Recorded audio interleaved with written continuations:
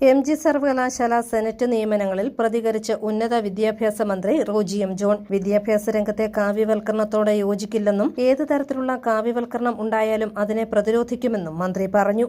വിദ്യാഭ്യാസ രംഗത്തെ കാവ്യവൽക്കരണത്തോട് ഒരു കാരണവശാലും ഈ സർക്കാർ യോജിക്കുന്നില്ല. അത് നമ്മൾ തുടക്കം മുതൽ പറഞ്ഞിട്ടുള്ളതാണ്, നേരത്തെയും പറഞ്ഞിട്ടുള്ളതാണ്. അതുതന്നെയാണ് നമ്മുടെ നിലപാട്. അതിനകത്ത് ഒരു മാറ്റവുമില്ല. ഏത് തരത്തിലുള്ള കാവ്യവൽക്കരണം ഉണ്ടായാലും അതിനെ പ്രതിരോധിക്കുവാനായിട്ടുള്ള എല്ലാ ശ്രമവും സർക്കാരിന്റെ ഭാഗത്തു നിന്നുണ്ടാവും.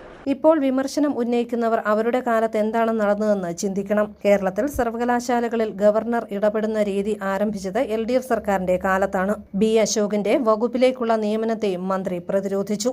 IAS, IPS ഉദ്യോഗസ്ഥരെ ഏത് സ്ഥാനത്ത് നിയമിക്കണമെന്നത് സർക്കാരിന്റെ അവകാശമാണ്. കഴിഞ്ഞ സർക്കാരിന് അനഭിമതരായ ആളുകളെ ഈ സർക്കാർ നിയമിക്കരുത് എന്ന് പറയുന്നവർ ഏത് ലോകത്താണ് ജീവിക്കുന്നതെന്നും മന്ത്രി റോജി എം ജോൺ ചോദിച്ചു.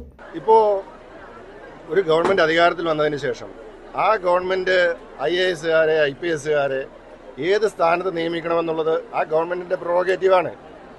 CPMന് അല്ലെങ്കിൽ കഴിഞ്ഞ ഗവൺമെന്റിന് അനഭിമതരായിരുന്ന ആളുകളെ ഈ ഗവൺമെന്റ് ഒരു സ്ഥാനത്ത് വയ്ക്കാൻ പാടില്ല എന്ന് അവർ പറഞ്ഞാൽ അവർ ഏത് ലോകത്താണ് ജീവിക്കുന്നത്? News bureau, Kottayam.